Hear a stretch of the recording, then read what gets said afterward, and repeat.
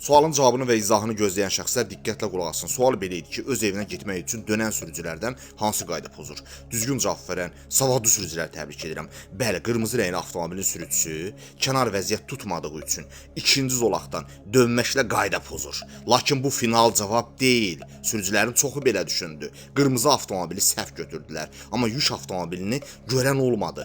Diqqət edin, texniki vasitələrə baxmaq lazımdır. Testdə düzgün cavab vermək üçün dərhal cavab verməyə can atmaq lazım deyil. Texniki vasitəyə baxırıq. Nədir texniki vasitə? Biz bunu bilirik. Diqqət edin, svetofor.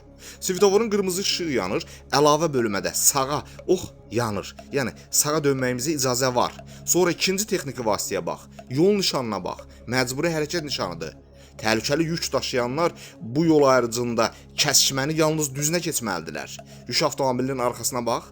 Təhlükəli yük tanınma nişanı var. Deməli yük avtomobilinin sürücüsü bu yol ayrıcında sağa dönməklə qayda pozur.